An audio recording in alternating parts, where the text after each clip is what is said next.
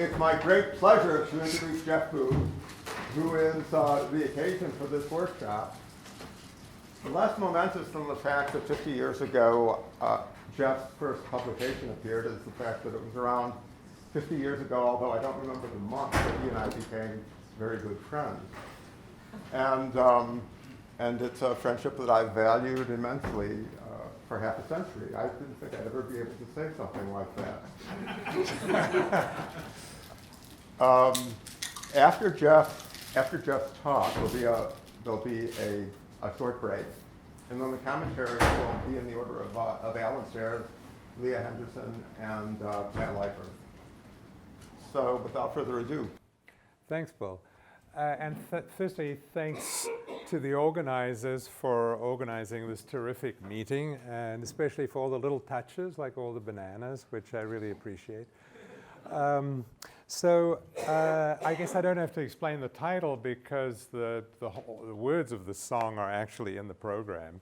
But what I meant by it was, of course, we don't have any bananas like the bananas in Bananaworld. And that's part of the point. So let me begin by, I want to begin by telling you something about what I was trying to do in Bananaworld, and then also bring in some stuff that I didn't talk about and that I probably should have talked about. So firstly, the book is really about nonlocality, what it is, why it's puzzling, and in particular what you can do with it.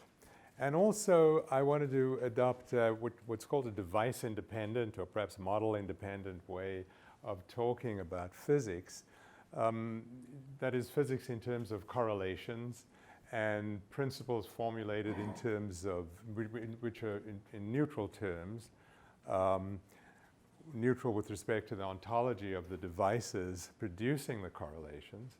And that approach, as far as I know, began with Popescu and Rohrlich in their 1994 paper where they introduced the idea of a PR box. So a correlation is defined abstractly by a box with inputs and outputs, and the inputs correspond to measurement choices, the outputs to measurement outcomes.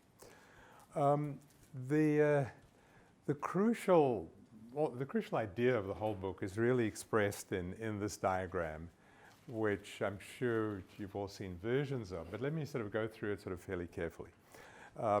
So this the diagram is symbolic. So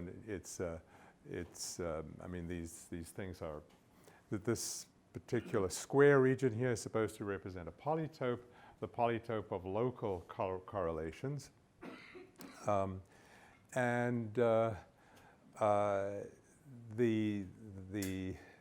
this outside circular area here is represents a quantum convex set. So the boundary is not a circle, but something fairly complicated. And in fact, the whole diagram is a multidimensional diagram. The outer diamond-shaped box is also a polytope and represents the no-signaling correlations. So we're in classical world, so to speak, talks about correlations in this region. And that's the quantum region, and this is the region outside the quantum region, which is actually the interesting region that I want to talk about, the boundaries of which are these PR boxes. So this is the no signaling region. Now, this does not represent classical quantum and superquantum theories. The points in the polytope, or the points in this whole region, are really correlation arrays. So let me just talk a little bit about that. Each point in that region is an array of 16 probabilities. So on the right-hand side, you have the inputs 0 and 1 for Alice and Bob, and the elements before the bar represent the outputs. This sort of looks a little bit complicated just with a bunch of zeros and ones. In Bananaworld terms, if the inputs are peeling from the stem end or the top end, it looks a little clearer because then the inputs, the S's and T's, are distinguished from the outputs. So let's consider just the deterministic boxes. So the deterministic boxes, or the deterministic correlation arrays, have ones and zeros. And each quadrant, of course, there's just my batteries may be going. Each quadrant there's just 1 1 and 3 zeros. And there are obviously 4 ways for each quadrant of placing the 1s and 0s. So there are 4 times 4 times 4 times 4 different deterministic correlation arrays, which means there are 256 deterministic correlation arrays. 240 of them turn out to be non-signaling. I'm sorry, 240 of them turn out to be signaling correlation arrays, and there are only 16 deterministic correlation arrays which are no signaling. So this is an example of a no signaling correlation array. The probability for Alice's and Bob's outputs both being 0, because this is the 0 0 slot, this is the next one is the 1 0 slot, and that's 0 1 slot, that's the 1 1 slot. So the probability, no matter what the inputs, S or T, is 0 for both Alice and Bob in this case, and that's clearly a deterministic state which is non-signaling. If you just move this 1 over to there, so if you just move this 1 over to there and this 1 over to there, then you get a signaling state, because now the probability for Alice's output being 0 or 1 depends on whether Bob is S or T in this case. And similarly over here, this is when Alice inputs S and Bob inputs S or T. Alice's output, 0 or 1, is directly correlated with Bob's input, and similarly over here, 0 or 1 is correlated with Bob's input, S or T. So you can signal instantaneously. So,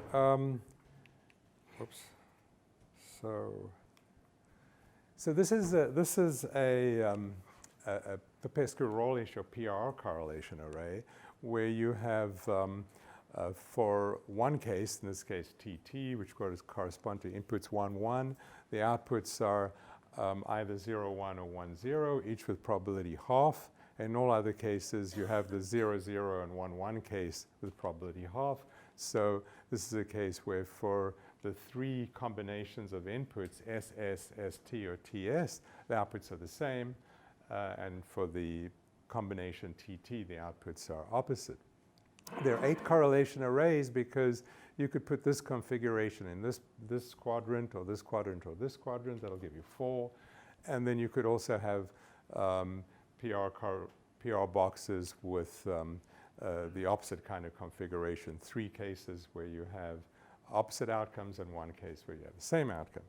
You can define a PR box this way. The product of the inputs is equal to the Boolean sum of the outputs, because the product of the inputs are only both 1, or rather, if they're both 1, then the outputs are 0 or 1, or sorry, what am I saying? If the inputs are both 1, the left-hand side has to be 1, which means that A has to be 0 and B has to be 1, or A has to be 1 and B has to be 0. If one of these or both of these are 0, the left-hand side is 0, so they're both 0, both 1, which describes what we had before. But if you work out the marginals under the assumption of no signaling, then the marginals are half, even conditional on any earlier information in any inertial frame. So the outputs are uncorrelated with any event that's not in their future light cones, so uncorrelated with anything they couldn't have caused. And in this sense, the outputs are intrinsically random. And this idea of intrinsic randomness seems to me the really essential new thing about quantum mechanics. So this comes from, I get this from Eckert and Renner and Kolbeck and Renner, as I mentioned before this morning. But the important point is that if you want to work out the marginals turn out to be independent of anything that came, the probabilities of the outcome, independent of anything that came before. Now, you can find this idea of intrinsic randomness, you can just reject it out of hand, as Einstein did. I'll read this quote. "I find the idea quite intolerable that an electron exposed to radiation should choose of its own free will, not only its moment to jump off, but also its direction. And in that case, I'd rather be a cobbler or even an employee in a gaming house than a physicist. But if you take this seriously, this diagram is essentially what we've discovered. So what we've discovered is classical theories can produce correlations in this area. This polytope that is bounded by the deterministic correlation arrays. And this particular case is supposed to represent the case that's called the 2-2-2 case, where this inner polytope here would be bounded by, it's an 8-dimensional object, and there are 16 deterministic states, 16 vertices. The PR boxes would give you an additional 8 vertices, so that's what this would look like. And the whole object is an 8-dimensional object because there are 4 plus 4 plus 4 plus 4 variables which can be 0 or 1, and there are 4 constraints, one for each of those quadrants, and 4 no signaling constraints, which reduces the number of free variables to 8. So it's an 8-dimensional object. So if you take this seriously, that we were able to generate classical correlations in this area, we discovered that we're outside this area, probably inside this region here, the quantum region, but possibly also outside, as I'll bring up a little bit later. Then what we have when you go outside this region is something new, and the something new is are correlations between events that are intrinsically random in the sense that I mentioned. So outside this region, all bets are off, so to speak, in terms of the probability theory that we're used to, in terms of explanations which we're used to, and so on. So here's a quantum correlation array, as close as you can get. So it's an extremal quantum state, so it's as close as you can get to a PR box. Putting numbers in there, these numbers are 0.427, 0.427, and so on, 0.073. So with the PR box or PR bananas, these numbers are half, half, and 0, 0. So you can see that the quantum correlation arrays are close to the PR box. Here's another sort of quick and dirty way of seeing that quantum correlations are intrinsically random. You can simulate that particular quantum correlation, that correlation array, by a combination of this amount of 4 deterministic correlation arrays. And in fact, these particular ones over here, the correlation array I had before where probability is 1 for 0 for both Alice and Bob, or 1 for both Alice and Bob, or 0 for Alice and 1 for Bob, or 1 for Alice and 0 for Bob. So those are the deterministic correlations, D1, D2, D3, D4, and you mix that with the PR box that I had before, and you get the correlation array. You get that particular correlation array. Now, you could say that then the quantum correlation array is about 70%, because this is about 70% of a PR box, which is intrinsically random, but also a mix of deterministic states. So it's sometimes deterministic. But that's in Bananaworld, so to speak, or this world of where we have correlations outside the quantum correlation set, outside the quantum correlations. In our world, there are no PR boxes, so we have no possibility of mixing deterministic states with a PR box, which is intrinsically random. So in that sense, the quantum correlations are intrinsically random. So as I say, that's sort of a quick and dirty way of seeing that, but there's a much more serious proof in Kolbeck and Renner. Okay, just a couple of things about PR boxes. There, you can show quite quickly that you have a no cloning theorem for PR boxes or PR bananas. They satisfy monogamy, and also you have measurement disturbance. So all these features, these sort of peculiar features of quantum correlations apply equally well to superquantum correlations. So here's a quick proof of no cloning, say. This is the relation which characterizes a PR box. The lowercase a and b are the outputs, the capital A and B are the inputs. So if Bob could clone his part of a box, you would have both of these equations characterizing the relationship. And now you just add the left-hand sides, and the a's drop out because they're Boolean sums, and you get b plus b prime. And you add the right-hand sides, and you get a. So a is equal, that's Alice's input, is equal to the Boolean sum of Bob's outputs. So if you could clone, then Bob would just be able to look at his outputs for the output of his original box and the clone, and he'd be able to know Alice's input, which means that you'd have signaling. So no signaling, again, precludes no cloning.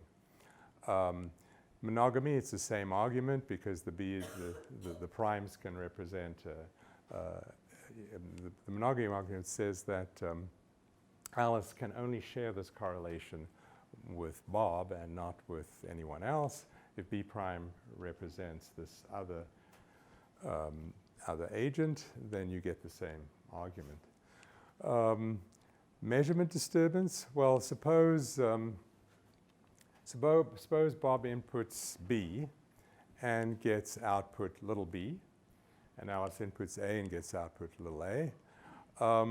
If Bob could somehow or other make a measurement which would tell him the output B prime, if he were to input the alternative input B, then you'd have the same argument. So it follows that if he could do that, then there would have to be some information loss of his original input B to avoid this conclusion. In other words, if Bob inputs B and gets the outcome A, and somehow also could measure in some way the output of the box for the alternative input, then you'd have signaling. So if he could get that additional information, there would have to be loss of the earlier information. So all those features of quantum mechanics apply to superquantum theories. You can also do interesting things, new things with a PR box that you can't do with quantum systems. And I want to just go through one case because that raises a number of interesting questions. So this is a communication complexity issue. And the problem is Alice and Bob are separated and, in different cities, and they'd like to figure out the number of days of the year when they're both free to meet. So suppose, make it a slightly simpler question, they want to figure out if the number of days is even or odd. Now, the only way they can do that in a classical world is if Bob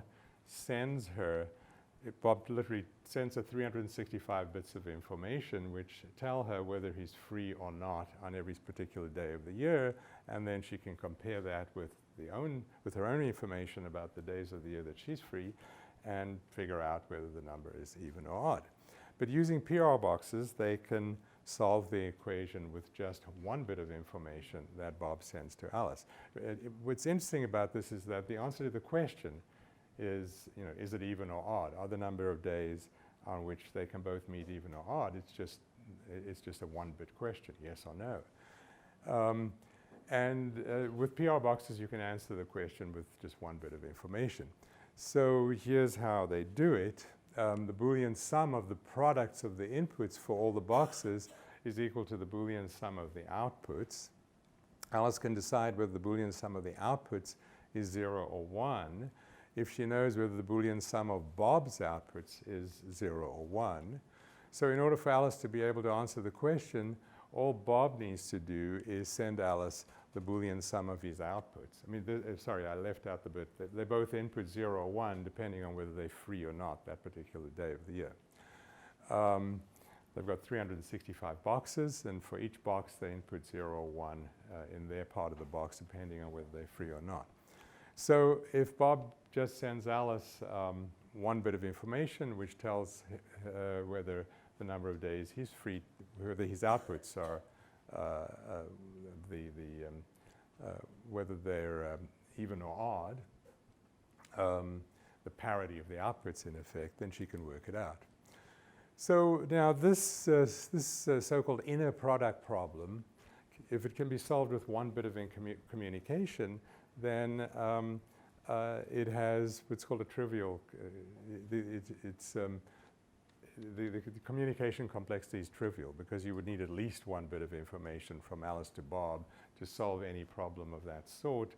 Otherwise, if they solve it with 0 bits of information, then they can signal. Now, this was first pointed out, this feature of superquantum theories, I think, was first pointed out by Van Dam, who pointed out that it was a reason to regard PR boxes and perhaps anything beyond quantum correlations as just too good to be true. And so that would be a criterion, perhaps, which would explain why quantum mechanics.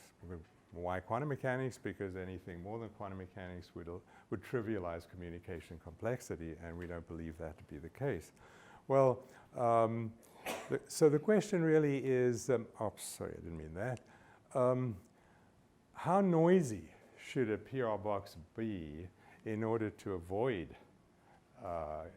reducing communication complexity to a trivial amount?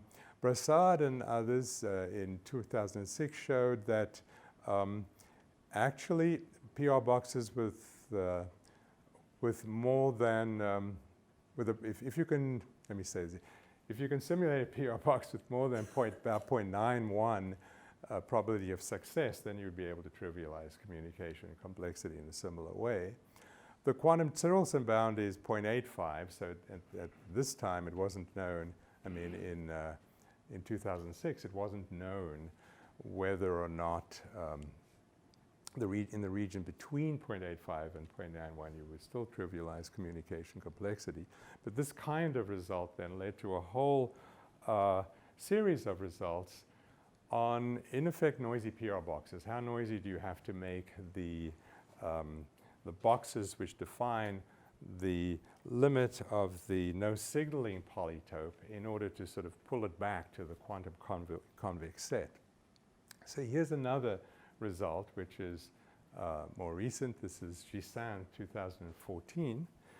And Gissin considered what he called the macroscopic limit of PR boxes.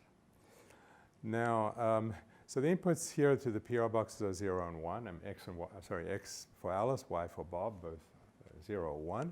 The outputs are A and B, which for this particular result, we're labeling plus or minus 1. It's just a relabeling. And Gissin defines the sum of the outputs for n PR boxes as capital B. The sum of the outputs for input Y on Bob's side is capital BY. Now, suppose that in the limit for large ensembles of PR boxes, collective measurements of what you might call the magnetization, the sum of the outputs, that can be measured for both of Bob's inputs. So if Alice then inputs 0 to all of her boxes, these two magnetizations would be equal because every single PR box has to have the same output as Alice's input, Alice's box for input 0. If Alice inputs 1, then they're going to be opposite, depending on whether Bob inputs a 0 or a 1. So Alice could signal to Bob. So the question is, and this was originally posed by Rohrlich, how noisy should PR boxes be to preclude signaling in the macroscopic limit? So what Gissin does is to assume that A0, A1, and B0 and B1 can all be measured simultaneously, which means that there's a joint distribution for A0, A1, B1, and for the magnetizations, if you like.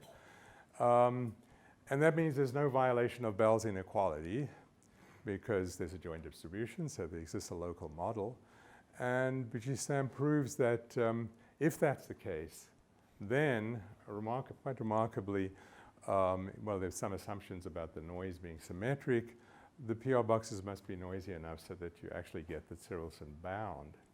Well, that's one result, but you actually get a macroscopic bound like that not only for the quantum convex set, but actually for a larger set. So here I want to jump to, this looks a bit messy, but I'll run you through it, and actually it's very simple. The idea of almost quantum correlations, which was proposed by Navasquez, Asin, Gurianova, and Hoban in a paper recently. So they consider an n-partite state. So it's Alice and Bob and a bunch of friends amounting to any of them. And they have multiple inputs and multiple outputs for each input. So this is a generalization of the previous 2-2-2 case. And they define, and this is just a standard definition, an n-partite no signaling distribution is quantum if there exist Hilbert spaces, a Hilbert space for each of these parties, a normalized state in the tensor product of the Hilbert spaces, and projection operators for each of the inputs and outputs belonging to each of these Hilbert spaces, with the properties that, of course, for the projection operators that are associated with different outputs of the same input, they have to add to the identity, and then just the probability of the outputs for a sequence of inputs is given by the Born rule. So that's what you would expect. Now, an almost quantum correlation is something pretty close to that, except that you say there is one Hilbert space. You don't have tensor product Hilbert spaces, and one quantum state phi with the projection operators the same. This is the same as one here. And then you want that a product of projection operators operating on that state is the same for any permutation of the product. So in effect, you're saying that all the projection operators commute for phi, but not necessarily in general. And then, of course, the probability of a sequence for a sequence of inputs is going to be the Born rule. So this, you could replace this definition for quantum correlations with a definition like this, except that in that case, this condition 2 would be that the projection operators all commute, not that they commute for phi. And if this exists, then a distribution is called an almost quantum. Would be an almost quantum representation. So let me try and just make clear what that says. The previous slide might suggest that, well, you're talking about two slight variations of quantum mechanics because you have Hilbert spaces in both cases and quantum states in both cases. But we're really talking about some distribution which is outside Q, somewhere in here, and asking talking about how it can be represented. So if it can be represented according to the quantum way, well, then it's inside Q. But if it can be represented according to the almost quantum criterion, then it's going to be a set outside Q. But it doesn't mean to say that it can be that there exists a quantum state and projection operators, a particular quantum state and projection operators in terms of which you can represent that a correlation in that set. Does not mean that you can use quantum theory to generate those. It doesn't mean that there's a quantum theory for those correlations. I mean, who knows what the theory could be? It needn't involve a Hilbert space. It needn't involve quantum states. The previous criterion just says that, well, let me go back to it. It just says that an n-partite distribution, so that's a particular distribution of outputs for inputs is almost quantum if you can represent it in this particular way. I mean, recall that I represented a quantum state in terms of, just a few minutes ago, in terms of deterministic correlation arrays and a PR box. Well, the fact that I could do that didn't mean that didn't have anything to do with the theory in terms of which those correlations were embedded. So this is the significance of the idea of almost quantum correlations. All quantum correlations are almost quantum, but you can show that there are almost quantum correlations that are not quantum. So this is a superset of quantum correlations. For two parties, the set of almost quantum correlations coincides with a set called Q1 plus AB in this NPA hierarchy. NPA stands for Navasquez, Peronio, and Asin in a 2008 paper. It's a hierarchy of semi-definite programs, each efficiently solvable, which generate a nested family of superquantum correlations, which in the limit give you the quantum correlations. So this set of almost quantum correlations is a particular set in that hierarchy.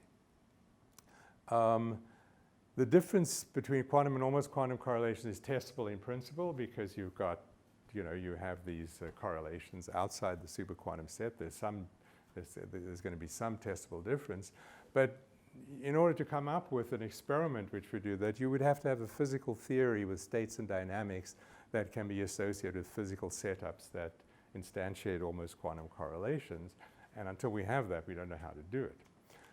But almost quantum correlations satisfy all the device-independent information-theoretic principles proposed to single out quantum correlations like non-trivial communication complexity and macroscopic non-locality. In fact, macroscopic non-locality was first discussed by Navasquez and Wunderlich in 2009, and they show that it characterized a particular superset of quantum correlations, actually the first set in that NPA hierarchy. And for the information causality condition, actually, it's not known for sure, but numerical results strongly suggest that almost quantum correlations satisfy information causality as well. Recently, Henson and Sainz showed that the set of almost quantum correlations can be characterized by a condition of macroscopic non-contextuality, sort of a generalization of macroscopic locality from non-locality to non-contextuality. And finally, whether a correlation is quantum, just present, if you give me a correlation and ask is it quantum or not, that's an NP hard problem and perhaps even undecidable. That quantum convex set, the boundary of it is an exceedingly complicated boundary. But whether a correlation is almost quantum is an efficiently decidable question in semi-definite programming. So to sum up then, we live in a world in which there are probabilistic correlations which can only occur between intrinsically random events. That's sort of the main message of the Bananaworld book. Quantum mechanics is a stochastic theory of events in such a world, but perhaps the probabilistic correlations are superquantum, are almost quantum, or superquantum in an almost quantum sense.